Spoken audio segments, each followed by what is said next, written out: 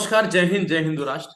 आज हम बात कर रहे हैं एक ऐसे शख्स के बारे में, ऐसी प्रसिद्धि के बारे में जो कि सुप्रसिद्ध व्यवसायी हैं, स्वतंत्र स्तंभकार हैं, अयोध्या फाउंडेशन के संस्थापक हैं, मुखर वक्ता और इतिहास में बहुत अच्छी पकड़ रखने वाली श्रीमती मीनाक्षी शरण जी के बारे में। मीनाक्षी जी, बहुत बहुत स्वागत है हमारे इस चैनल धर्मोपीडिया में आपका। तो धर्मोपीडिया से मैं हूं डॉक्टर पंकज शर्मा और आज हम बात करने वाले हैं एक ऐसे विषय के बारे में जिस विषय के बारे में हमने सुना है, हमने उसको महसूस करने का प्रयास किया है, भावनाओं से जागृत है, ओतप्रोत है। एक ऐसा विषय जहां पर हिंदुत्व की बात आएगी, जहां पर बात आएगी देश प्रेम की, जहां पर बात आएगी ऐसे बंटवारे की जिसकी विभीषिका आप शायद सुन के दंग रह जाएंगे। और ये जो आज का विषय है, इस विषय में कहीं ना कहीं हमारे साथ जो आज हमारी गेस्ट हैं श्रीमती मीनाक्षी जी, इस विषय को उनने झेला हुआ है। जो व्यक्ति जिस विषय को झेलता है या जिस विषय के बारे में उसका नॉलेज होता है या जिस विषय के बारे में जो उसके साथ की हुई घटनाएं होती हैं, उसके परिवार के साथ ही घटनाएं होती हैं, उसकी भावनाएं हमसे कहीं ज्यादा वहां पे जुड़ी हुई होती हैं। क्योंकि वो 14 अगस्त का वह काला दिवस जहां पे लाखों हिंदुओं की बलि चढ़ा दी गई, ऐसे एक नरसंहार किया गया, आज उसके विषय के बारे में हम पूरी बात करने वाले हैं। तो दीदी, पुनः हमारा स्वागत है आज धर्मोपीडिया में आपका।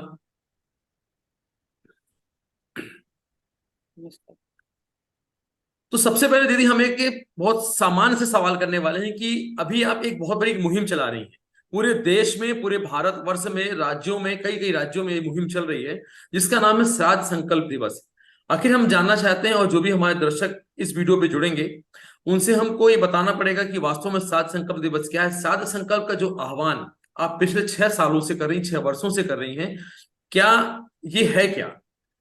किनके श्राद्ध की हम बात कर रहे हैं? ऐसे कौन से हैं जिनके लिए आप 6 वर्षों से बिल्कुल लगातार लगी हुई हैं? और पूरे देश में आज ये एक बहुत बड़ा रूप ले चुका है श्राद्ध संकल्प दिवस के बारे में।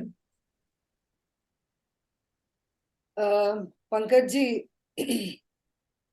बहुत ही जो है कहानी बहुत लंबी हो जाती है, लेकिन मैं प्रयास करूंगी कि मैं उसको थोड़ा सा उसकी जो है भूमिका दे करके और सीधे श्राद्ध संकल्प पे आ पाऊं।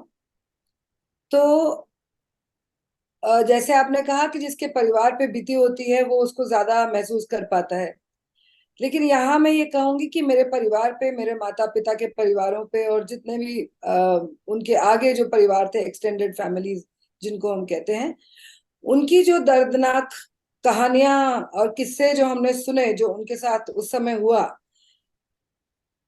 जो घर में हमने इतना निरंतर सुना, उसके बाद भी आज ही मैं किसी से बात कर रही थी कि हम कितना भी प्रयास कर लें उसकी कल्पना हम नहीं कर पाते। क्योंकि जब हमें दर्द लगती है, जब हमें चोट लगती है, जब हमें कहीं दर्द होता है, उस दर्द का एहसास हम कितना चीख पुकार कर लें, हमारे कितने माता पिता, भाई बहन, पति जो हो, कोई भी समझ नहीं पाता कि दर्द कैसा हो रहा है। तो जो वो परिवार है जो पूरे वहां से आए, जब हम छोटे थे तो समझ लीजिए कि मासियां, नानी, ताऊ जी लोग, ये सब, क्योंकि दादा दादी तो वहीं आते समय ही भगवान को प्यारे हो गए या कर दिए गए थे।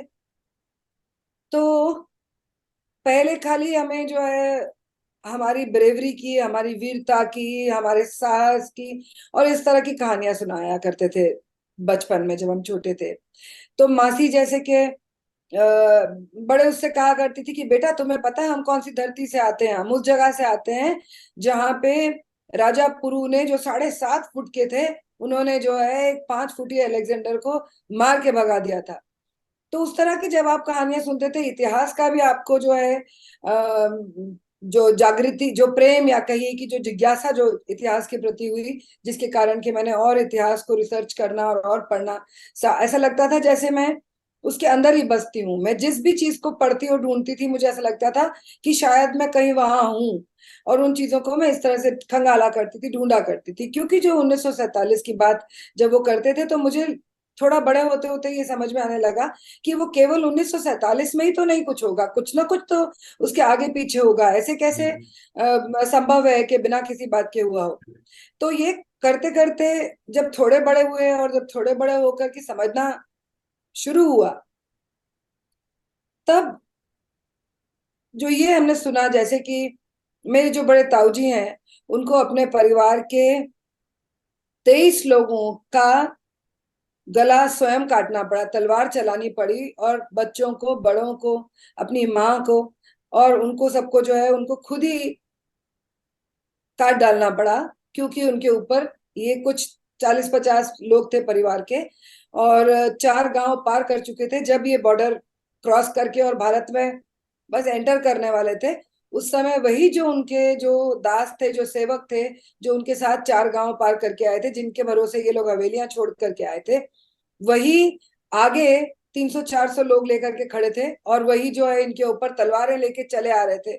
और जो हम सुनते हैं, जो हम आज भी देखते हैं कि नारा है तकबीर, अल्लाह अकबर, और इस तरह से चले आ रहे थे। किसी को सोचने समझने का उस समय समय नहीं मिला होगा, और जो भी होगा, दादाजी ने अपने आप को गोली मारी, ऐसे करके बहुत लंबी बात है, पर मैं उसको शॉर्ट में खत्म करती हूँ कि जब ताऊजी को स्वयं ये सब करना पड़ा, तो जो आकर के हमने जब बड़े होते होते जो बातें सुनी, तो वो बताया करते थे कि उस समय 2 बुआ जो थी, 15 और 18 वर्ष की, वो भागते हुए गई, और जो पीछे गांव में जो कुआं था उसमें उन्होंने छलांग लगा दी। तो उनको केवल ये पता है कि ये दोनों भाग गई थी, और भाग के कहीं, उनको और कुछ नहीं पता, क्योंकि उनके शरीर नहीं मिले। कोई कौन जाएगा ढूंढने, जब ताऊजी को भी जब चोट लग गई सबको मारने के बाद, और जब उनकी भी तलवार लगी, तो वो नदी बहती थी वहां झेलम, उसमें छलांग लगा दी उन्होंने, और 13 दिन तक वो रात दिन तैरते रहे, और वो तैर करके जो है कश्मीर में निकल के आ गए। क्योंकि कुछ परिवार, जैसे कि बड़ी बुआ और 2 ताऊजी वहां थे ऑलरेडी दिल्ली में, और मेरे पिता को, और उनसे बड़े, वो 4 वर्ष के थे मेरे पिता, और 6 वर्ष की थी थे उनसे बड़े वाले ताऊ जी, उनको दादाजी 46 में ही छोड़ गए थे। तो उन वो जो जीवित आना चाहते थे अपने प्राण बचा करके, मेरे ताऊ जी जिन्होंने मारा सबको, वो इसलिए आना चाहते थे क्योंकि यदि वो ना आते तो कभी भी किसी को पता नहीं चलता कि परिवार के साथ क्या हुआ था। बिल्कुल। तो ये मैंने जो आपको बैकग्राउंड दिया, इस बैकग्राउंड से हमें ये पता चलने लगा कि, और जैसे जैसे रिसर्च करते गए और 1947 का इतिहास जब खंगालना शुरू करा, तब ये पता चला कि 50 लाख से अधिक हिंदू जो है वो काट दिए गए। क्यों? क्योंकि देश का विभाजन हो रहा था। जब वो जो कट के वहां पड़े रहे, उनकी लाशों को चील कौओं ने खाया, कुत्तों ने खाया, किसी के अंतिम संस्कार नहीं हुए। जब परिवार ही नहीं रहे, तो किसी का श्राद्ध करने वाला भी कोई नहीं बचा। ये मैं आपको बता दूं कि कुछ 2011, 12, 12, 13 के आसपास जो है, मैंने इस सब्जेक्ट पे लिखना प्रयास शुरू किया था, और पहला अक्षर या पहला सेंटेंस लिखने के पहले भी मैंने वर्षों जो है इसको खंगाला होगा।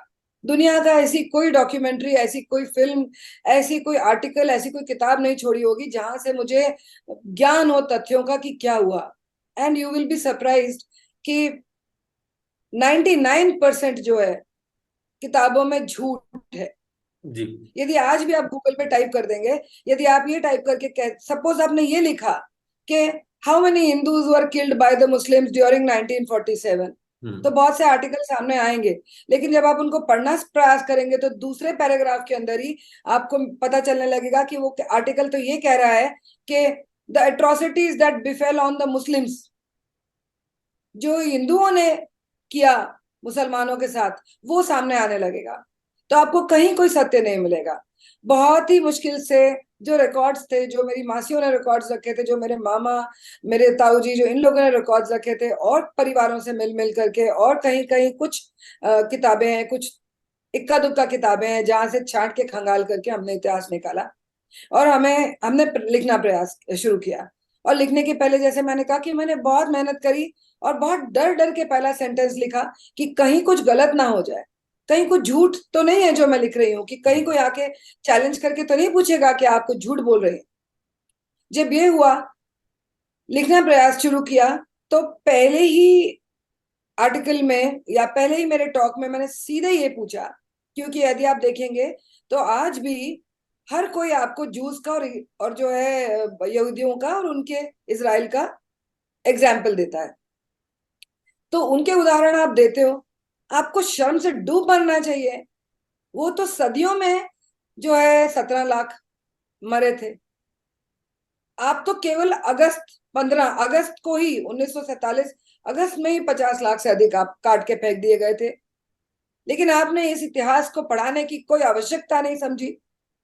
जिस स्थिति में आज जे देश खड़ा है वो कभी ना खड़ा होता यदि हमें अपना इतिहास पता होता, यदि हमें शत्रु बोध होता, यदि हमें पता होता कि हमें मारने वाला कौन है और हमारे डिवाइड करने वाला कौन है। तो ये जब सब मैंने सोचना और लिखना और पढ़ना शुरू करा, और हर बार हर आर्टिकल में हर जगह यही मांग करनी शुरू करी कि इसको पढ़ाइए, इसको पढ़ाइए, कहीं कोई जो है मॉन्यूमेंट बनाइए, कहीं कोई म्यूजियम बनाइए, कहीं इसकी डिटेल दीजिए। फिर देखा कि कहीं इतने हाथ पैर मारने के बाद भी ऐसा कुछ नहीं हो जा रहा है जो कि कहीं कोई बात आपकी पहुंच रही हो। तो मैं कहाँ जाके खड़ी हूँ, कौन से पहाड़ की चोटी पे जाके खड़ी हूँ और बोंगा लेकर के सारे देश के हिंदुओं को बताऊं कि ये सत्य है, क्या करूं। तब ये ईश्वर की कृपा हुई कि ये भी विचार आया मन में कि इनके श्राद्ध क्यों नहीं करने चाहिए हमें। जी बिल्कुल। ये जो हम कहते हैं 50 लाख से अधिक मारे गए, इनके हमें श्राद्ध क्यों नहीं करने चाहिए। एक बात। दूसरी बात, विश्व में एक भी सभ्यता ऐसी नहीं है आज जो अपना सत्य और अपना जो मूल स्वरूप है उसे जानती है। हम्म। क्योंकि 5वीं सदी से क्रिश्चियन और 7वीं सदी से इस्लाम, इन्होंने दुनिया की सारी सभ्यताओं को जो मूर्ति की पूजा करती थी, प्रकृति की पूजा करती थी, उनके नामो निशान मिटा दिया। केवल एक हिंदू ही ऐसा है, ये भूमि और हम और हमारी सभ्यता, जो इनसे 1400 वर्षों से निरंतर टक्कर ले रही है, लोहा ले रही है और आज भी खड़ी है, वैसे ही खड़ी है, अपने पारंपरिक मूल स्वरूप में खड़ी है। और हमारा शास्त्र हमें कहता है, क्योंकि हम श्राद्ध करते क्यों है किसी के भी, क्योंकि हमारा धर्म ये कहता है कि आत्मा अमर है। जी। आ, एक देह छोड़ करके दूसरी देह लेती है, कंटिन्यूस है ये कभी कहीं नहीं जाती है। और उस आत्मा के नाते आप सदा कनेक्टेड हो, वो पशु हो, पक्षी हो, वो पेड़ पौधा हो, वो मनुष्य हो, अज्ञात हो, ज्ञात हो, आप सब जो है एक हो।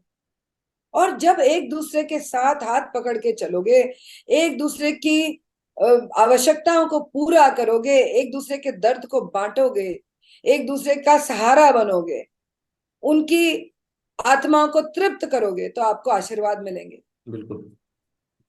और आपको सब जगह, हर हमारे पुराणों में और सब जगह श्लोक हैं, हमारे इतिहास में, हमारे ग्रंथों में सब जगह श्लोक हैं।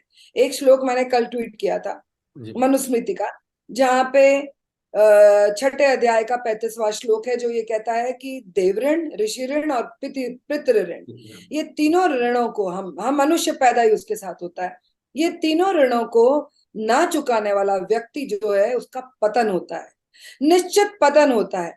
तो यदि हम इसे मान लें तो ये सीधी सीधी हम जिस तरफ जा रहे हैं, हमारी सभ्यता जिस तरफ जा रही है, जिस तरह से हम पे हमले हो रहे हैं, जिस तरह से हमें चारों तरफ से घेरा जा रहा है और एक अशांति सी बनी है इस समय देश में, तो ये तो प्रूव हो गया, ये श्लोक उस बात को प्रूव करता है। क्योंकि आप अपने कोई भी ऋण नहीं चुका रहे हो, आप अपना ऋषि ऋण नहीं चुका रहे हो। ऋषि ऋण है आपके इतिहास को आगे ले जाना, आप वो नहीं चुका रहे हो।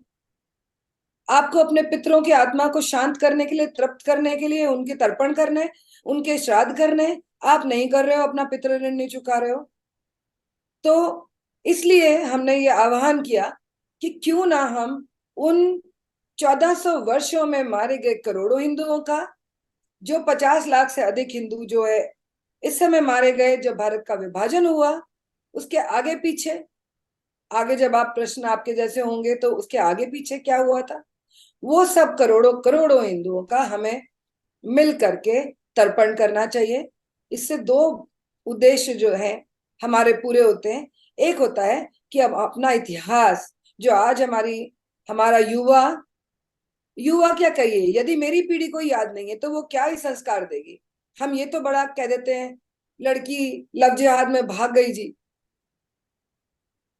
फिर उसके ऊपर सब लोग अटैक करके सोशल मीडिया में आकर के ये कहते हैं मरने दो, ऐसी लड़कियों का तो यही होना चाहिए। हम्म। लेकिन आप ये रियलाइज नहीं करते कि उसको सही उंगली पकड़ा के सही दिशा और सही आधार आपने नहीं दिया है। धर्म आपका आधार है, आपने वो आधार उसे नहीं दिया है। और कैसे देंगे आधार, वो तो माँ बापों की पीढ़ी ही नहीं जानती है। बिल्कुल। तो हमारी जो है सभ्यता का जिस सत्यानाश जो अंग्रेजी जो है शिक्षा नीति ने जो किया, कि 3 जनरेशन वो कहते हैं कि अगर खत्म कर दी जाए, खराब कर दी जाए, बिगाड़ दी जाए गलत इंफॉर्मेशन देके, तो चौथी जनरेशन तक सब खत्म हो जाता है। बिल्कुल। लेकिन मैं तीसरी जनरेशन हूँ, तो तीसरी जनरेशन में भी अभी दम है और अभी सुधार है। तो अभी चौथी जनरेशन तक की बात जो है संभाली जा सकती है, तीसरी जनरेशन उसको संभाल सकती है। यदि हम संभाल लेंगे तो 2 जनरेशन के अंदर हमारी ये सारी जो प्रॉब्लम्स है ये सॉल्व होने के 99.9 क्या 100% चांसेस हैं कि हम फिर से विश्व गुरु बन के, फिर से अखंड बन करके खड़े हो सकते हैं। तो इस आह्वान से जैसे जैसे हिंदू जुड़ता चला जाएगा, जैसे जैसे उसको एहसास होता चला जाएगा अपने अपने धर्म के परंपराओं के पालन करने का और अपने इतिहास को जानने का, तो ऑटोमेटिकली वो जो है लाइन पे आने लगेगा। और जो हम जिसको रो रहे हैं कि हिंदू एकता नहीं है, एकता नहीं, हम संगठित नहीं है, बिल्कुल। ऐसे ही संकल्पों से और ऐसे ही अभियानों से शायद हम एक हो सके। ये इसके पीछे मेरा उद्देश्य था। नहीं, आपने बिल्कुल सही कहा है कि वास्तव में ये 3 पीढ़ी तक हमारे इतिहास को ना बताया जाए तो वहां पे इतिहास की तो धज्जियां उड़ती है। और साथ में यदि हमारे जो आज ये लव जिहाद के जो ये इतने से मामले आपको दिखाई दे रहे हैं पूरे शहर में, पूरे भारतवर्ष में, उसके पीछे सबसे मेन चीज है कि उनका जो आधार स्तंभ है वो मजबूत नहीं है। शास्त्रों का सही बात। अध्ययन नहीं हो रहा हिंदू समाज में। हिंदुत्व की धारणाओं को जो प्रतिपालन एक होना चाहिए वो भी नहीं हो रहा है। और सबसे महत्वपूर्ण बात तो यहाँ पर ये आती है कि 1947 का जो बंटवारा हुआ, उस 1947 के बंटवारे में जो लोग ये कहते थे कि ये बंटवारा मेरी मौत पे होगा, उनके जिंदा रहते बंटवारा हो गया। ये भी हमारे लिए एक दुर्भाग्य की बात थी। यदि वास्तव में बंटवारा होना था तो उनकी मृत्यु होती या उनकी मौत होती फिर बंटवारा होता। तो मेरा तो एक बहुत सामान्य से सवाल इसमें यह था कि वहां पर हिंदुओं की दुर्दशा कर दी गई थी। जो सुनने में आता है, जो पुराने वीडियोस अभी यूट्यूब में आते हैं, कुछ मैंने आपके इंटरव्यूज भी देखे हैं, कुछ साक्षात्कार देखे आपके, वहां पर पुरानी जो फिल्में हैं उनमें भी देखा जाता है कि ट्रेनों में भर भर के हिंदू आ रहा है, लाखों की तादाद में हिंदुओं के साथ अत्याचार हुए। तो किस तरह की त्रासदियां उन हिंदुओं पर हुई थी, क्या मोंडेस ऑपरेंडी थी उनके साथ, क्या क्या हुआ उनके साथ? क्योंकि वास्तव में जो वो 50 लाख हिंदुओं की जो आज हम बात कर रहे हैं, जिनके पीछे आज श्राद्ध संकल्प दिवस हम मना रहे हैं, श्री कृष्ण भगवत गीता में भी स्पष्ट रूप से कहा है कि आत्मा अमर होती है। तो उनकी भी शास्त्रों के आधार पर, मनुस्मृति के आधार पर आज सात संकल्प, एक बहुत बड़ा जो संकल्प पूरे देश में आप लेकर चल रही है, उससे आज इसी संकल्प को लेकर 75 या 76 वर्षों के बाद भारत की सरकार को यह पता चला कि कुछ विभाजन हुई, इसका भी होती थी। विभाजन की जो दर्द था शायद 76 वर्षों के बाद हिंदुस्तान की सरकार को समझ में आया। तो किस तरह की त्रासदियां हुई 1947 में हिंदुओं के साथ? पंकज जी,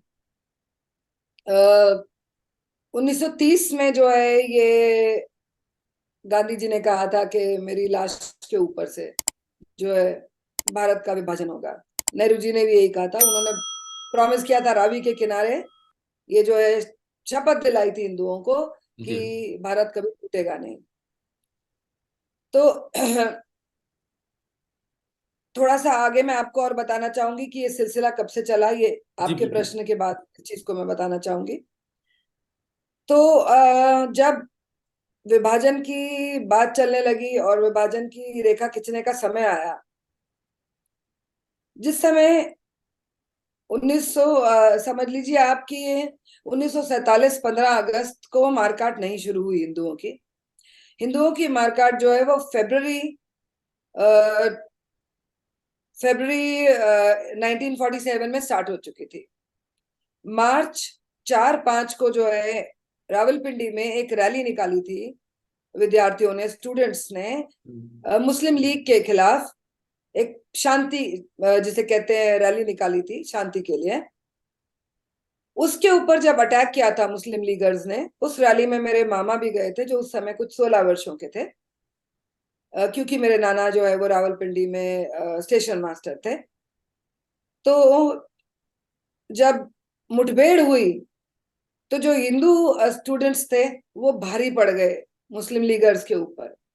लेकिन तभी मुस्लिम लीग पुलिस आ गई और लीगर्स जो है उनके पास में सारे हथियार थे, हथियार बंद थे वो, तो इसलिए इन लड़कों की जो है मार पिटाई हो गई। काफियों को मारा गया, चोटें लगी, कुछ लोग मरे।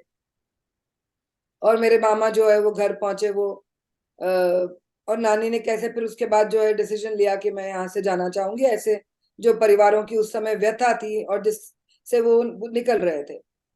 इसके बाद अब आप ही देखिए कि वहां पे इनके पीरों सूफियों का भी कैसे रोल आता है। वहां एक दरगाह है, दरगाह गोलरा शरीफ, जिसका जो पीर था उसने कॉल दिया, फतवे निकलते थे, फतवे निकलने का इनका पैटर्न है, जो आप मोडस ऑपरेंडी की बात कर रहे हैं, तो फतवा निकाला कि अब जो है शुरू हो जाओ।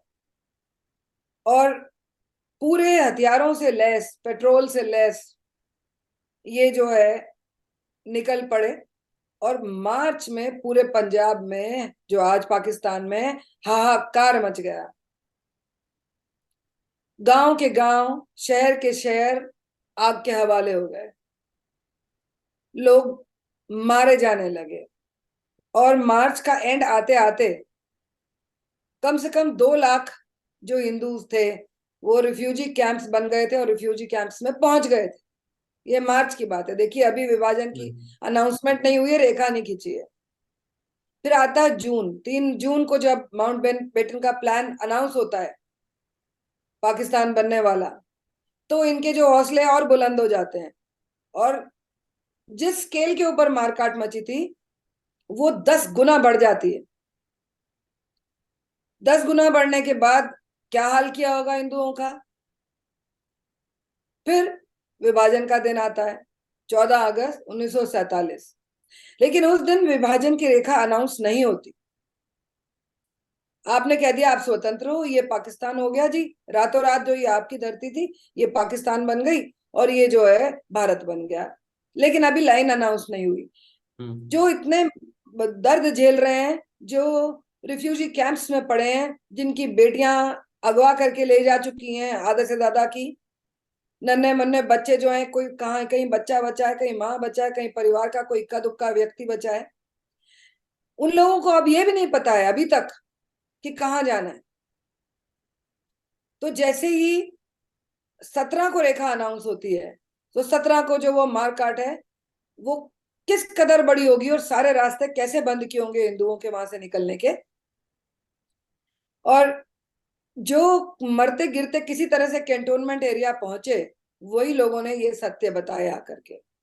जो स्टेशंस पे पहुंचे, रेलवे स्टेशन जो उनके नजदीक पड़ते थे, जो रेलवे स्टेशन पे पहुंचे, वो थोक के भाव में रेलवे स्टेशन में काट दिए गए।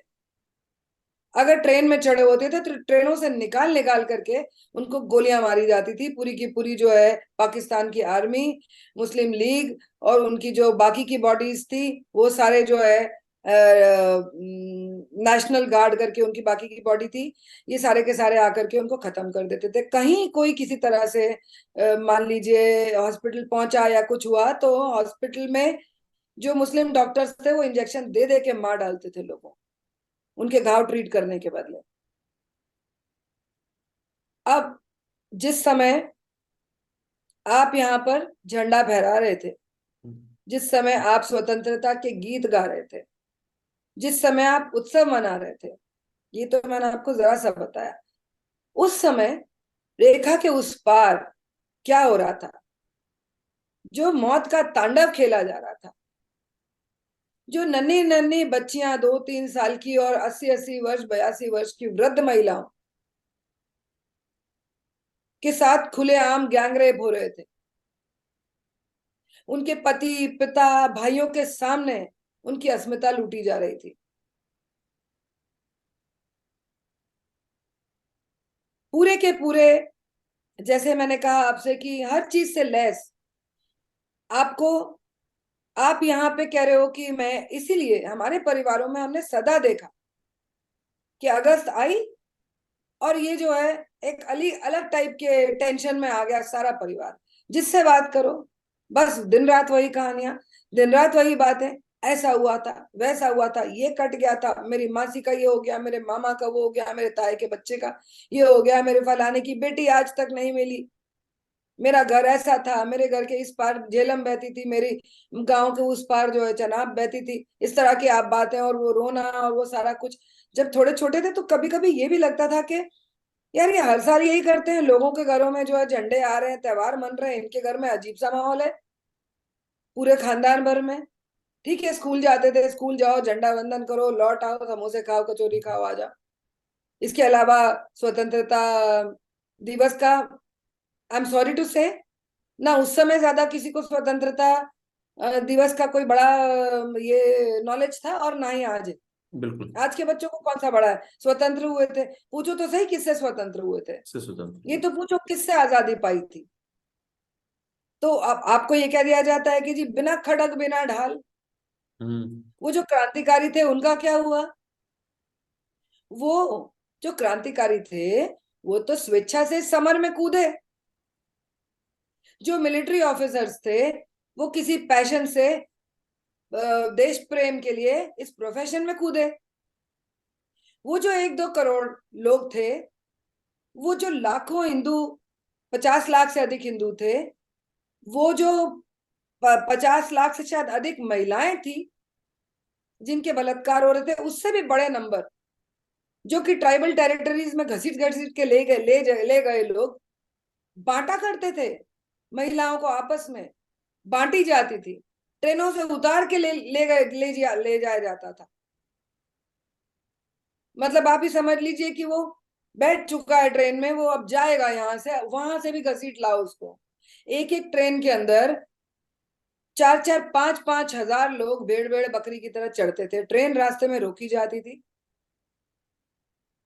रास्ते में रोकते ही हथियारों से लैस मुसलमान, मिलिट्री, मुस्लिम लीग ये चढ़ती थी और कत्लेआम होता था।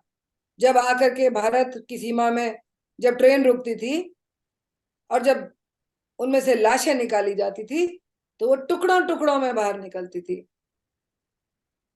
उस समय भी किसी के संस्कार नहीं हुए, सड़ी वो, डॉक्यूमेंटेड है कि जो नालियां हैं वो खून से भर जाया करती थी, बदबू से शहर, मक्खियों से शहर भर जाया करता था। अगर हिंदू युवा और संघ और ये सब ना होते उस समय तो जाने ही क्या हुआ होता। पानी, बीमारी और वो सारा कुछ जो यहाँ हो रहा था।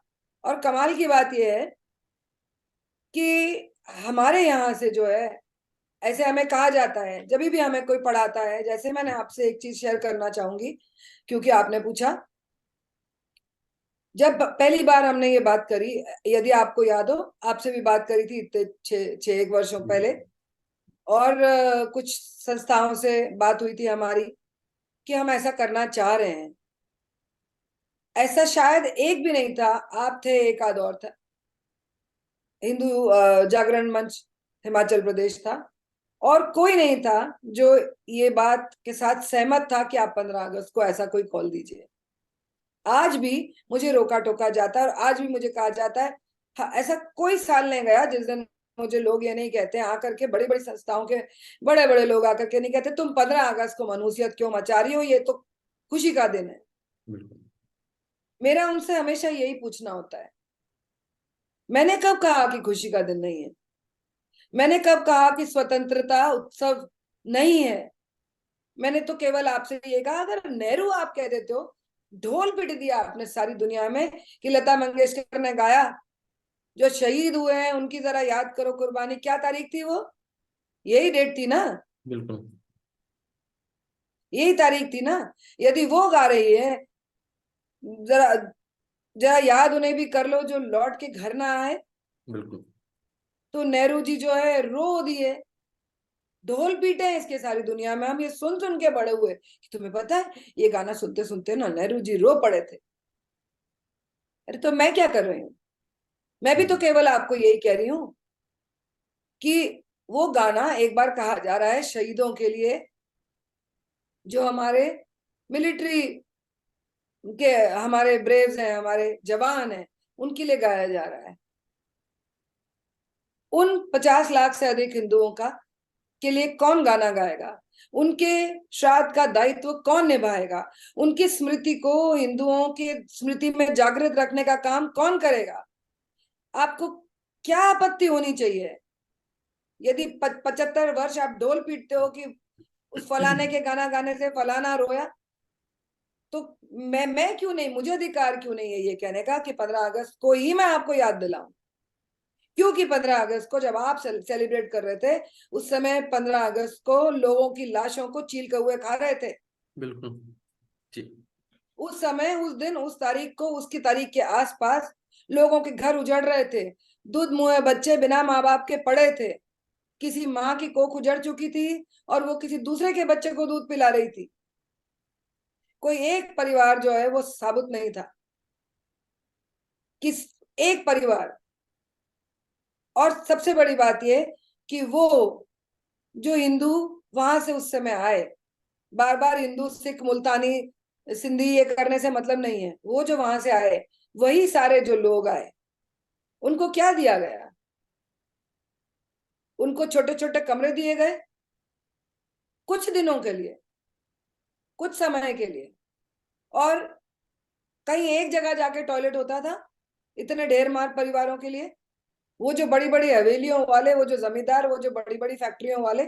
पंकज जी, आपको हैरत होगी ये सुन करके, आज मैं आपसे यदि कहूँ 1400 करोड़ की प्रॉपर्टी, कितना बड़ा फिगर है वो? सही बात जी। 1400 करोड़ की प्रॉपर्टी हम हिंदू छोड़ करके आए थे वहां पर। किस त्रासदी की हम बात करें? जो है इनका जो पैटर्न और मोडस ऑपरेंडी है जिसकी आप बात करते हैं, वही तब था, वही आज है। क्या करो? हथियार एकत्रित करो। क्या? और कौन करेगा? सब A to Z। पेट्रोल इकट्ठा करो। पेट्रोल जब राशन पे है तो पेट्रोल के कूपन इकट्ठा करो। राशन जो है वो घरों में एक एक महीने के लिए भर दो, जो अटैक करने जाने वाले उनके घरों में एक एक डेढ़ डेढ़ महीने का राशन भर दो। जो सेकेंड वर्ल्ड वॉर से आए हुए मिलिट्री ऑफिसर्स हैं, उन्होंने इनको ट्रेनिंग दी है, इन्हीं के कौम के, उनसे हथियार खरीदे गए हैं, अमेरिकन सोल्जर्स से हथियार खरीदे गए हैं। और ये जो मैं आपसे बता रही हूँ ना, वो तब से लेके आज तक बिल्कुल सेम पैटर्न है। मैं जो 2-3 चीजें आपको बताऊंगी। घरों के ऊपर निशान लगा दो, हाँ किस हाँ। घर में पेटियां हैं उसके ऊपर निशान लगा दो, किस घर में कितना माल है उस पर निशान लगा दो, कौन सी दुकान और कौन सी जगह मुसलमान की, उस पर एक निशान लगाओ जिसे हाथ ना लगाया जाए। जैसे कि आपने और बताया कि 5,000 से 10,000 लोगों की ट्रेनों के साथ हिंदू युवक और युवतियां आते थे, और कुछ ऐसे आक्रांतकारियों के द्वारा, जो कि भारत माता के सगे भी नहीं थे और भारत का खाने के बाद भी भारत का नहीं बन जाते थे, उन लोगों ने रोक रोक के वहां से कत्लेआम चालू कर दिया, नरसंहार चालू कर दिया। और इसके पहले भी आपने एक बहुत अच्छी जानकारी दी, जो कि हम 15 अगस्त के दिनों पे अपने लाउड स्पीकरों में सुनते हैं कि दे दे हमें आजादी बिना खड़क बिना ढाल, साबरमती के संत तूने कर दिया कमाल।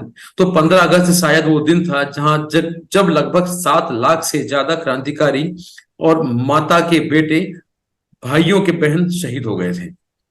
वो 7 लाख क्रांतिकारियों की जो उनके प्राणों को जो न्यौछावर था, उस न्यौछावर के कारण हमें स्वतंत्रता मिली है, ना कि स्वतंत्रता हमें चरखा चलाने से मिली है। सूद काटने से स्वतंत्रता नहीं मिली। स्वतंत्रता के लिए लाखों करोड़ों लोगों ने अपने प्राणों को न्यौछावर कर दिया। और आज का जो युवा है, शायद इस स्वतंत्रता की उस बलि वेदी की जो सिर चढ़ाए गए थे उसको समझने का प्रयास भी नहीं कर रहा, और ना ही वो समझ पा रहा है। तो जैसे 7 संकल्प दिवस की हम बात कर रहे थे, तो 15 अगस्त का ही आपने ये दिन क्यों चुना था? क्या इसके पहले भी 7 दिवस हम नहीं कर सकते थे? और साथ में जब 15 अगस्त का हमने दिन चुना, आपने ये दिन चुना 7 संकल्प दिवस का, पूरे भारत में, पूरे राज्यों में आपके माध्यम से, आपके साथ बहुत से ऐसे संगठन जुड़ चुके हैं जो 7 संकल्प दिवस का कार्यक्रम भी कर रहे हैं, तो 15 अगस्त का ही दिन क्यों चुना आपने? 15 अगस्त को पंकज जी, जैसे हमने कहा कि जिस समय रेखा खींच रही थी और जिस समय रेखा के पार, आप जरा कल्पना करके देखिए, हम लोग कितना भी प्रयास करें हम कल्पना नहीं कर पाएंगे उस चीज की। आपके घर के बाहर कोई आकर के आपको कहता है, या आपकी पूरी कॉलोनी को या आपकी पूरी बस्ती को जो है ये खबर लगती है कि ये जो है 200 परिवारों का गांव है, या ये 200-250 परिवारों का जो है कॉलोनी है, और कहीं से 2,000-2,500 से लेके 5,000 का जो है मॉब चला रहा है हथियारों से लैस आपको मारने के लिए। बिल्कुल जी। एक दूसरी बात ये कि कहीं मॉब आके टूट जाता था और सामने खड़ा होकर के ये कहता था कि आपको 15 मिनट का समय दिया जा रहा है, आप घर छोड़ के चले जाइए। कहीं कहीं किसी को आधे घंटे का समय दिया गया। आज अब क्या हम कल्पना कर सकते हैं? और हमें लोग ये कहते हैं कि हम अपने घर की रक्षा कर सकते हैं, हम गार्ड रख लेंगे, हम आर्म्ड गार्ड रख लेंगे। तो आपको क्या लगता है, जैसे मेरे परिवार या जैसे जैसे मैंने आपसे कहा कि 1400 करोड़ की प्रॉपर्टियां, तो वो कोई भिखारी लोग थे? वो सारे व्यवसायी थे, वो जमींदार थे, वो किसान थे, वो फैक्ट्रियों के मालिक थे। क्या उनके पास सुरक्षा के इंतजाम नहीं थे? उनकी सुरक्षा कौन कर पाया? क्योंकि जब एक भीड़ आती है, एक हुजूम आता है जो क्लियर है, जिसके इंटेंशन, वो अपना उद्देश्य जानता है वो क्या करने आ रहा है, और आप जो आम नागरिक हो, आप ना तो क्रांतिकारी हो और ना ही आप बॉर्डर पर लड़ने वाले सिपाही हो। आप अपना व्यवसाय चलाने वाले, अपनी खेती बाड़ी करने वाले एक सीधे साधे भारत के नागरिक हो, जो भारत की, जो वो भारत था हमारा उस समय का, उसकी इकोनॉमी में बहुत बड़ा कंट्रीब्यूशन रखते हो। आपको चुटकियों में घर छोड़ के जाना है, अपनी जान बचा के जाना है। कई घरों की बच्चियां लापता थी, उनकी भी मजबूरी थी कि उनको भी घर छोड़ के जाना था, उनको अपनी उस बच्ची को पीछे छोड़ के जाना था, क्योंकि संयुक्त परिवार हुआ करते थे, बड़े बड़े 10, 20, 50 लोगों का परिवार हुआ करता था। वो किसी एक बच्ची के कारण पूरा परिवार नहीं कटवा सकता था। माताएं बिलखती रह जाती थी, पिता दर्द के मारे कलेजा फटा जाता था, लेकिन सारा परिवार कहता था कि जो है ये अब निकला है कॉन्वॉय, जो मिलिट्री कॉन्वॉय निकल रहा है, जो मिलिट्री गार्ड करते हुए निकल रही है, उसके साथ आपको जाना है। उन लोगों को मुझे बताइए, किस दोष के कारण, क्या अधिकार था आपको? क्या अधिकार था? किससे पूछ के ये डिसीजन लेने वाले आप कौन होते थे कि आपने जो है 8,42,000 स्क्वायर किलोमीटर धरती हमारी काट दी? और क्या प्लान था आपका? काट के जी कह दिया ये पाकिस्तान है। अब वो जो पाकिस्तान कहलाने लगा, उसमें हिंदू को जीने का कोई अधिकार नहीं है। हिंदू को चुटकियों के समय दिए गए कि यहां से दफा हो जाओ वरना काट दिए जाओगे। लाखों लाखों काटे गए, गली कूचों में अस्मिता लूटी गई, बच्चियों की, लड़कियों की, महिलाओं की, प्रेग्नेंट औरतों की। प्रेग्नेंट महिलाओं के पेट काट दिए गए, उसमें से जो है कोख में से बच्चा निकाल के भालों पे नचाया गया। जब पूरा का पूरा मॉब जाके घरों को अटैक करता था उनकी पुलिस के साथ, कई बार जाकर के वो ये कहते थे कि जी चेकिंग चल रही है, केवल आज जो पुरुष है वो बाहर आ जाए। पुरुषों को बाहर खड़ा किया जाता था, लाइन से गोली मार दी जाती थी। उसके बाद आप उनकी महिलाओं को, बच्चियों को, प्रॉपर्टीज को उठा के ले जाओ। ये हाहाकार मचा हुआ था वहां पर। लकीर के उस पार कोई भी हिंदू जो है वो कोई किसी तरह का उत्सव नहीं मना रहा था। जिसके घर परिवार खत्म हो रहे थे, जिसका अस्तित्व खत्म हो रहा था, जिसका हिंदू अस्तित्व भी खतरे में था, वो सारे, मैं तो कहती हूँ पैर छूइए जा करके उनके, अगर यदि आपको कोई मिल जाए, जी बिल्कुल। आपको यदि ये जो एक मिला है ना, मौका मिला है कि उनके जाकर के आप तर्पण करिए, ये किसी ना किसी तरह से आपका जो है उनके प्रति कोई कृतज्ञता होगी, कोई जो होगा आप उनके अपराधी हो। क्योंकि आप कह रहे हो स्वतंत्रता, और वो देखिए वो भी कन्वर्ट हो सकते थे, वो धर्म त्याग सकते थे, वो अपनी जान बचा सकते थे, लेकिन नहीं, धर्म पे अडिग रहे, या कट गए, या कूद गए, अपनी बेटियों के स्वयं गले रेत दिए। बेटियां जो है तीसरी तीसरी मंजिल से छलांग लगा गई। क्यों नहीं हो 15 अगस्त का दिन, मुझे बताइए? क्यों 15 अगस्त के दिन, यदि एक नेहरू कह सकते हैं, यदि एक वो कहते हैं कि उनकी आंखों में आंसू आ गए जो शहीद हुए हैं उनकी, हम क्यों नहीं कह सकते? आप झंडा वंदन करिए ना, आप उत्सव मनाइए। उत्सव मनाने के बाद 30 सेकंड का संकल्प ले लीजिए। प्रॉब्लम क्या है? कहां प्रॉब्लम है? आपने धर्म के आधार पर मेरी धरती का सीना काटा। उनका जिनका कोई दोष नहीं था, उन निर्दोष लोगों को बेघर करके अपने ही धरती पे रिफ्यूजी का ठप्पा लगा करके कोई उनको, उन सिंधियों को, उन सरदारों को, उन हिंदुओं को, उन पंजाबियों को, उन मुल्तानियों को कोई कहीं पे यहाँ पे आके रिजर्वेशन नहीं मिली है, कोई फंड नहीं मिले हैं, कोई घर बंगले नहीं मिले हैं।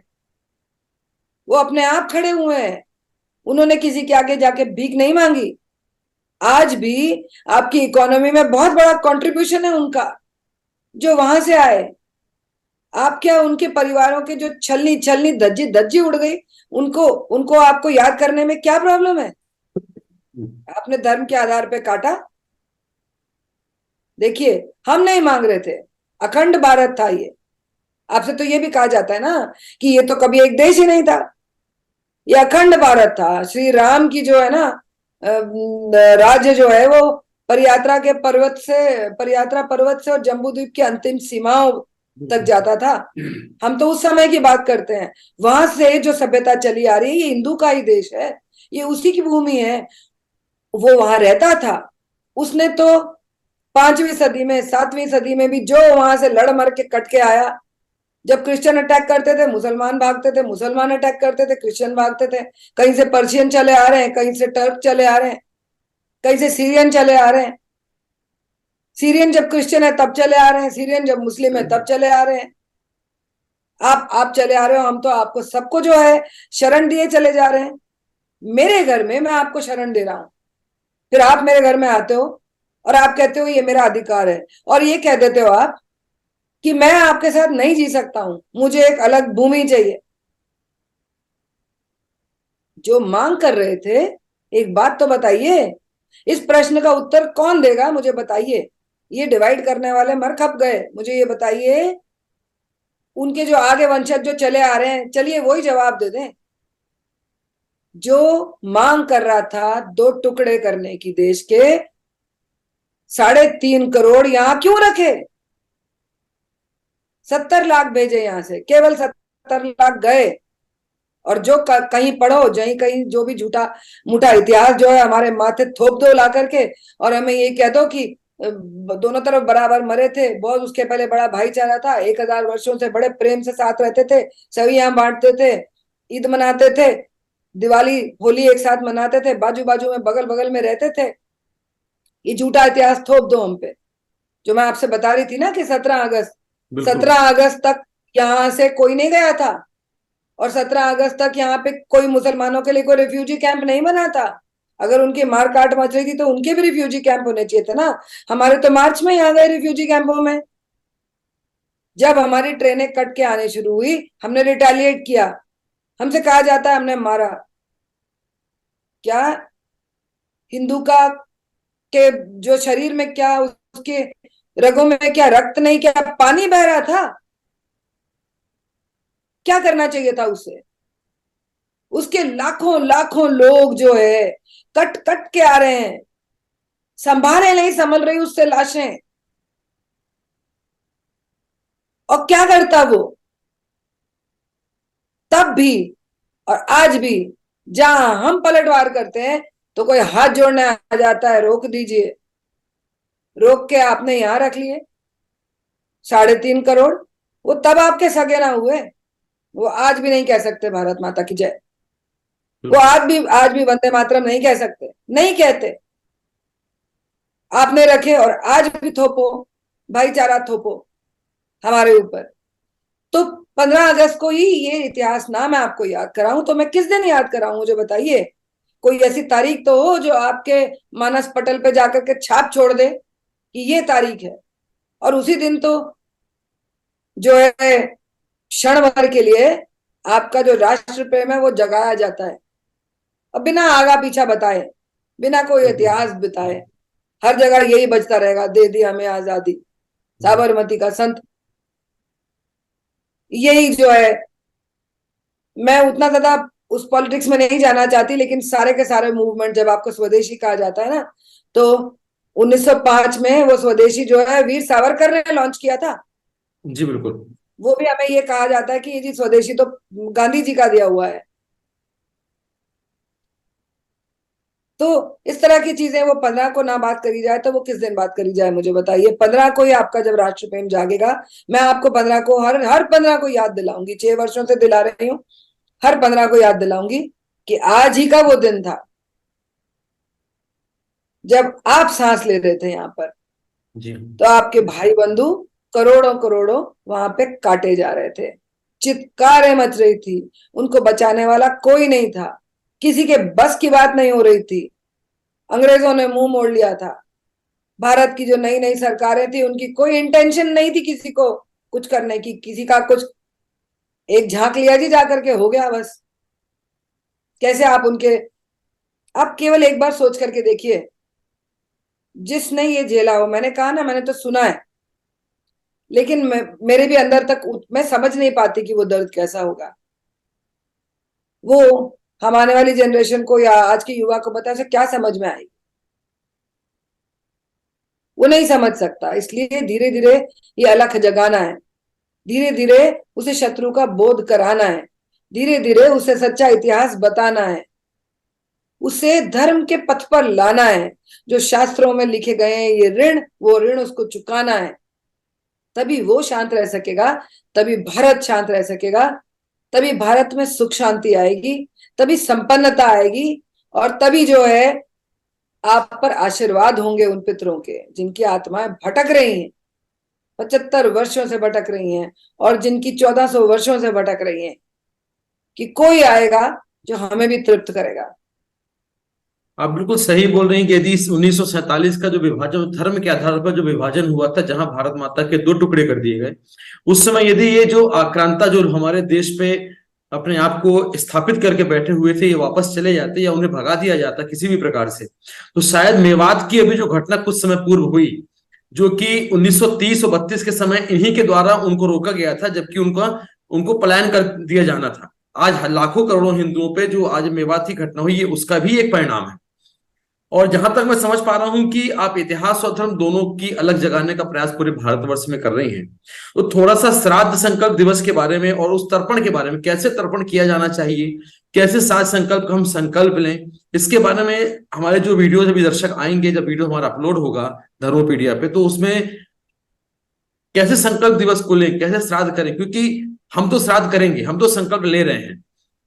जो अभी हिंदू, 100 करोड़ का हिंदू बचा है, क्या वह 100 करोड़ हिंदू, उन 50 लाख हिंदू पुरुष महिला और जो हिंदू थे, क्या उनका संकल्प का प्रण उन्हें भी लेना चाहिए, उन्हें भी उनका श्राद्ध करना चाहिए? क्या वह पुण्य अर्जन करना चाहिए जिस पुण्य के वो हकदार हैं? क्योंकि हिंदुओं का श्राद्ध हिंदू ही करेगा। और मेवात में शायद ये लोगों को समझ में आ गया है कि वहां कोई ना कोई वहां सिख था, ना कोई वहां पटेल था, ना कोई ब्राह्मण था, ना कोई क्षत्रिय था, ना कोई शूद्र था, ना कोई वैश्य था।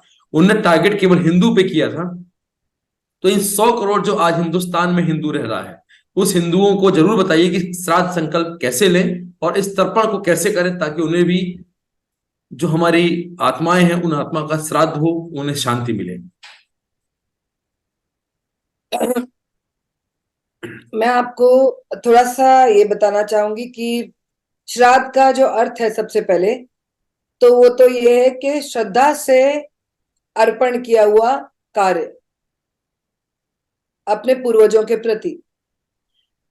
तो श्रद्धा से उन्हें, पिंडदान भी हमारे यहाँ होता है, हवन भी किया जा सकता है, दीपदान भी किया जा सकता है, और जो है किसी गौ को, किसी पशु पक्षी को उनके नाम से भी कुछ भोजन कराया जा सकता है, किसी ब्राह्मण को भी भोजन कराया जा सकता है, किसी को जिसे कुछ आवश्यकता हो उसे वो दान दे करके भी वो किया जा सकता है। और तर्पण जिसे हम कहते हैं, तिल मिश्रित जल से जिसे हम तर्पण कहते हैं, वो तो श्राद्ध के, आपके जो शास्त्र हैं वो कहते हैं कि प्रतिदिन हर हिंदू को, हर ज्ञात और अज्ञात जो उसका पितृ है, उसको 3-3 अंजलि जल जो है, पुरुषों को, महिलाओं को, आसपास के पशु पक्षियों को और बच्चों को, ये तो उसको प्रतिदिन करना चाहिए। साथ ही शास्त्रों में जो अग्निहोत्र है, अग्निहोत्र भी जो कहा गया है, वो कहा गया कि प्रतिदिन करिए।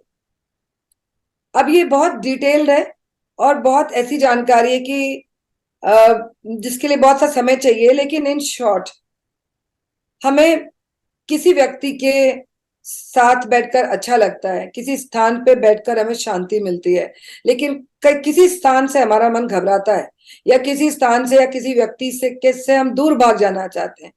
इसका कारण क्या है? आपके शरीर और आपकी लिमिटेड जो बुद्धि है, लिमिटेड बुद्धि से परे बहुत कुछ है जी बिल्कुल। जो जिसे विज्ञान, आज हम विज्ञान विज्ञान का भोंगा बजाते हैं ना। आपने किसी भी बच्चे को जब कुछ समझाने का प्रयास करें, किसी युवा को, तो वो कहता है give me logic, what is the science behind this. उसको दो तीन बातें जो है ना, हम किसी दिन और ऐसा कोई प्रोग्राम करके दो तीन ऐसी चीजें पूछेंगे जिससे कि आगा पीछा साफ हो जाएगा। जिस सभ्यता को हम बिलोंग करते हैं, जिस धरती पे हमने जन्म लिया है, वो सभ्यता जो है वो करोड़ों वर्षों पुरानी है। और उस सभ्यता में हमारे यहाँ सीधे सीधे ये कहा गया, संकल्प की हमारे यहाँ बहुत इंपॉर्टेंस है कि ब्रह्मा जी जब सृष्टि की रचना करने जा रहे थे तो सबसे पहले उन्होंने संकल्प लिया था। यानी संकल्प लेकर के आपने जो एक रेजोल्यूशन लिया, एक प्रॉमिस किया, और उस प्रॉमिस को आपको अब फुलफिल करना है। तो वो संकल्प लेने के बाद उन्होंने सृष्टि की रचना करी। सृष्टि की रचना करने के बाद मानस पुत्रों को जन्म दिया। मानस पुत्रों ने जो है वो बढ़ाया, इसको सृष्टि को आगे बढ़ाया। मनुष्य आए, अलग अलग गोत्र हुए, तो उन गोत्रों के थ्रू भी हम सब कनेक्टेड हैं। और वो जो ब्रह्मा जी के पुत्र थे, और वो जो ज्ञान उन्होंने प्राप्त किया, आने वाले हमारे ऋषियों ने बैठ करके प्रकृति का ज्ञान, अथाह ज्ञान, प्रकृति के सिस्टम का ज्ञान, जिसे सनातन धर्म कहा गया। आज का साइंटिस्ट सर के बल खड़ा हो जाए ना, और सारी दुनिया के साइंटिस्ट इकट्ठे हो जाएं, तो आज भी वो क्रैक नहीं कर सकते हैं, वो जो डिकोड नहीं कर सकते हैं वो उन चीजों को जो हमारे शास्त्रों में लिखी हैं, जो हमारे वेदों में लिखी हैं। तो इसलिए शास्त्र कहते हैं कि शब्द प्रमाण जो लिखा है उसे चुपचाप फॉलो कर लो, क्योंकि आपकी बुद्धि जो है वो लिमिटेड है। जब मनुष्य शरीर में होता है, आज तो चलिए ये इंटरनेट हो गया तो आप और मैं ऐसे बात करें, लेकिन आपको मुझसे मिलना होता तो मैं आपके शहर आती या आप मेरे शहर आते। ये हुई लिमिटेड हमारी रीच एक ह्यूमन बॉडी की। लेकिन जब आप सूक्ष्म शरीर में होते हो, जब आप इस शरीर का त्याग देते हो, तो चुटकी बजा करके आप कहीं भी पहुंच सकते हो। और जो धरती के ऊपर जो समय है और जो समय ब्रह्मांड में है, उस समय में बहुत अंतर है। तो जब कोई प्राण छोड़ता है तो वो 200 से 1000 वर्षों तक दोबारा जन्म नहीं ले सकता, नहीं लेता। 200 वर्ष भी लगा सकता है, 100 भी लगा सकता है, 500 वर्ष भी लगा सकता है। और जिनकी आकस्मिक और इस तरह से कुछ निर्दयता से मृत्यु हो जाती है, उनकी आत्मा भटकती है। सारी आत्माएं जब हम श्राद्ध कर्म कर देते हैं, जब उनके संस्कार कर देते हैं, 16 संस्कार हमारे यहाँ इंपॉर्टेंट है। 16 संस्कार में पहला संस्कार सबसे इंपॉर्टेंट है जब हम पृथ्वी में आ रहे हैं, और अंतिम संस्कार हम जब पृथ्वी से जा रहे हैं, क्योंकि ये कंटिन्यूस है, ये खाली देह त्यागी है। आए और गए, और कंटिन्यूस ये चेन चल रही है, ये ट्रांजिशन है एक शरीर से दूसरे शरीर में जाना। तो जब आप उसके सारे अंतिम संस्कार ढंग से पूरे करते हो तो वो शांति से, वो जो 200, 500, 1000 वर्ष है वो रेस्ट करती है आत्मा, वो पितृलोक में जाकर के करती है, और वहां से अपना नया जन्म जो है वो चुनती है कि उसे अब क्या शिक्षा पृथ्वी पे मनुष्य के जीवन में जाकर के और लेनी है, और शिक्षा वो लेती है जाकर के। लेकिन जिनके इस तरह से निधन हुए, जिस तरह से इस तरह के ऐसे जिनको मारा गया हो, उनकी आत्माएं जो है वो पितृलोक को प्राप्त नहीं हो पाती, वो यमवायु में भटकती रहती है। इसीलिए उनके श्राद्ध तर्पण जब आप करते रहेंगे तो उनको शांति मिलेगी। इतनी बर्बरता से जिसे मारा हो, आप जरा सोच के देखिए, कोई छत से महिला अपने जो है अस्मिता बचाने के लिए कूद रही है, वो 2, 4, 5 जो महिलाएं या बच्चियां जो नीचे कूदी हैं, वो जो खूनम खून पड़ी है, जो तड़प रही हैं, जिनके प्राण जाने वाले हैं, उनके रेप हो रहे हैं, उसकी आत्मा कैसे शांति पाएगी, कैसे शांत होगी? जो ये कष्ट जिसने झेला होगा, मरना मांग रहा होगा, मर नहीं पा रहा होगा, उसके लिए ये करना। इसलिए जब हम उनकी आत्माओं को, वो हमसे आशाएं रखते हैं क्योंकि हमारे आसपास थे पितृ। इसलिए जब हम कहते हैं ना कि मेरा परिवार का तो मुझे करना ही है, लेकिन ये तो तुम इस धरती पे आके मान रहे हो ना कि मेरा ब्लड रिलेशन है। लेकिन उसके पहले तो उसके आर या पार जब निकलोगे तो सारी की सारी आत्माएं कनेक्टेड है, एक है। इसलिए आपको ज्ञात और अज्ञात सबके करने हैं। तो जो संकल्प है मैं आपको दे दूंगी, वो आप उसको चला लीजिएगा आप इसमें। जी बिल्कुल। हाँ। ये छोटा सा संकल्प है, आप लीजिए, ग्रुप्स में लीजिए, और लोगों को जोड़िए और संस्थाओं को जोड़िए, ये अलग जगाइए, ये बात फैलाइए। और क्योंकि ये मॉडर्न जमाना है, इस मॉडर्न जमाने में बच्चों को रील बनाने का, स्टोरीज डालने का वो बड़ा उत्साह रहता है, इसलिए हमने उसके लिए एक बड़ा सोच समझ के ये हैशटैग बनाया, श्राद्ध संकल्प दिवस। ये जो है 15 अगस्त के लिए है, और 15 अगस्त पे समाप्त नहीं हो जाता, क्योंकि जैसे इस वर्ष जो सर्वपित्रा अमावस्या है वो 14 अक्टूबर को आएगी। तो 15 अगस्त से लेकर के 14 अक्टूबर तक आपके पास समय है। लोगों को संकल्प दिलवाइए। जब सर्वपित्रा अमावस्या आएगी तब वो हैशटैग चलेगा सामूहिक तर्पण। उस समय हम जो और अपना जो परिवार बढ़ा चुके होंगे, लोगों को एकत्रित कर करके अभी संकल्प दिलवाएंगे, उसके बाद फिर जाकर के हम उनसे तर्पण करवाएंगे। तो इतना सा संकल्प है। बच्चे भी बहुत जुड़ रहे हैं, उनको अच्छा लग रहा है। कहीं चौक में खड़े होके, कहीं स्कूल में खड़े होके, कहीं भी किसी अच्छे मॉडर्न रेस्टोरेंट या होटल में भी खड़े होकर के, जब 5 या 15 या 25 लड़के जो है हाथ आगे करके जब वो ये कहते हैं कि मैं संकल्प लेता हूं कि विभाजन के समय मारे गए 50 लाख से अधिक हिंदुओं का और 1400 वर्षों में मारे गए आज तक करोड़ों हिंदुओं के श्राद्ध का संकल्प लेता बिल्कुल। हूं। इतनी सी बात, अगर इतनी सी बात है और उसके बाद आप उसे पोस्ट करिए। पोस्ट करने का कारण क्या है? आपको देख करके और लोग पूछेंगे और लोग जुड़ेंगे। तो ये चर्चाएं जो है हम अभी कुछ समय तक और श्राद्ध संकल्प की करते चले जाएंगे, और हम 8-10 दिनों बाद जो है हम सामूहिक तर्पण की बात करना जो है स्टार्ट कर देंगे। उस समय तर्पण की विधियां और क्या क्या किया जा सकता है, कहाँ कहाँ किया जा सकता है, कौन कौन कर सकता है, महिलाएं कर सकती हैं, क्योंकि इस तरह के प्रश्न आते हैं। सब कर सकते हैं, महिलाएं कर सकती हैं, बच्चे कर सकते हैं, सब कर सकते हैं। और ये करके हम जो है अपने पितृ ऋण और अपने ऋषि ऋण दोनों को चुकाएंगे। ये अलग जगाएंगे, लोगों को जगाएंगे। और जो हम ये रोए जा रहे हैं कि हर हिंदू मांग कर रहा है अपनी अपनी जगह, अखंड भारत, हिंदू राष्ट्र, हिंदू एकता, अपनी अपनी जगह, लेकिन क्या हो रहा है, सब एनर्जी जो है वही वही एक ही जगह, एक ही जगह। वर्लपूल जैसे एक इंसान की एनर्जी एक जगह, एक संस्था की एनर्जी एक जगह, लेकिन कहीं कंसोलिडेटेड जो है ना वो जुड़ नहीं। ऐसे मुझे लगता है, मेरा मानना है, ईश्वर की कृपा होगी, इस तरह के जो प्रयास हैं, ये प्रयास जैसे कभी हमारे क्रांतिकारियों ने जो है गणपति उत्सव को एक क्रांति का उत्सव बना दिया, एक सोशल उत्सव बना दिया, जिससे कि हिंदू जुड़ जाता, एक हो जाता। दुर्गा उत्सव को जो है कलकत्ते में इतना बड़ा उत्सव बना दिया जिससे सोशली आप एकत्रित हो सको, हिंदू एक साथ खड़े हो सको, एक साथ खड़े होकर एक बात कर सको। तो यही मुझे पूरी आशा है, आप जैसे लोगों का साथ होगा और संस्थाओं का साथ होगा, युवाओं का साथ होगा।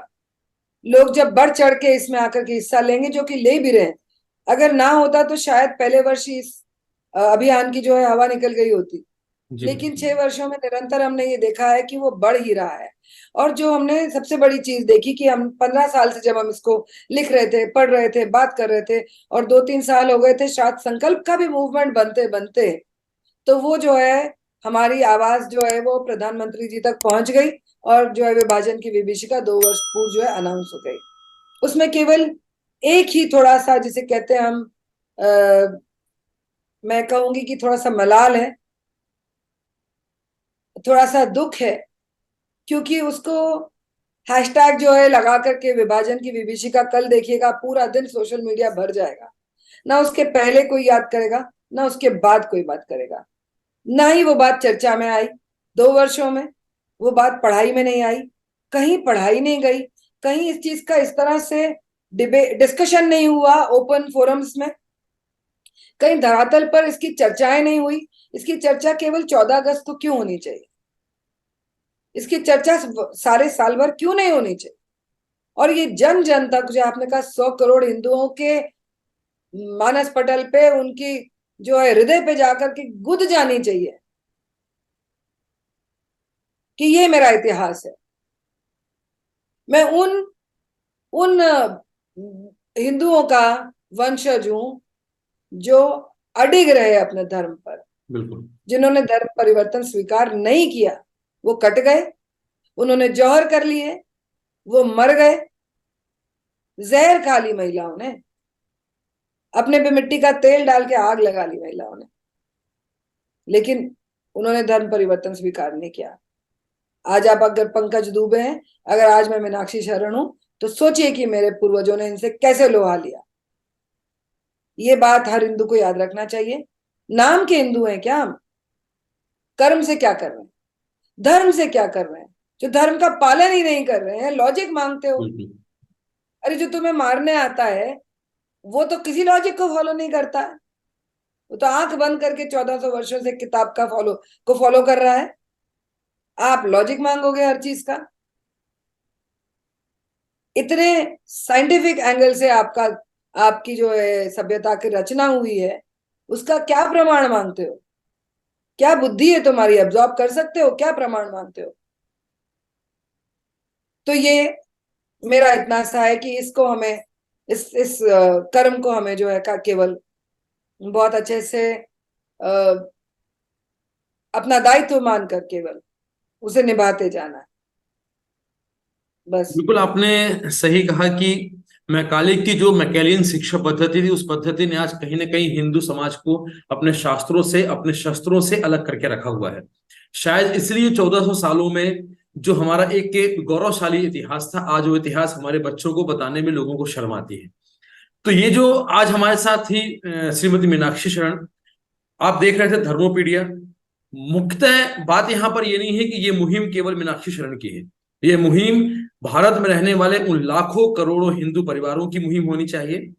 आप भी 15 अगस्त के दिन यह संकल्प लीजिए कि 14 अगस्त की विभाजन के समय जो लाखों करोड़ों हिंदुओं का कत्लेआम हुआ, उनकी नृशंस हत्या की गई, हमारी हिंदू महिलाओं बच्चियों का बलात्कार किया गया, उनकी मृत्यु, उनको उसके बाद मौत के घाट उतार दिया गया, इन सभी के साथ का संकल्प हम अपने परिवार के साथ मंदिरों में जाके, नदी किनारे जाके 15 अगस्त में उस तिरंगे के नीचे रह के भी इस साथ का संकल्प ले सकते हैं।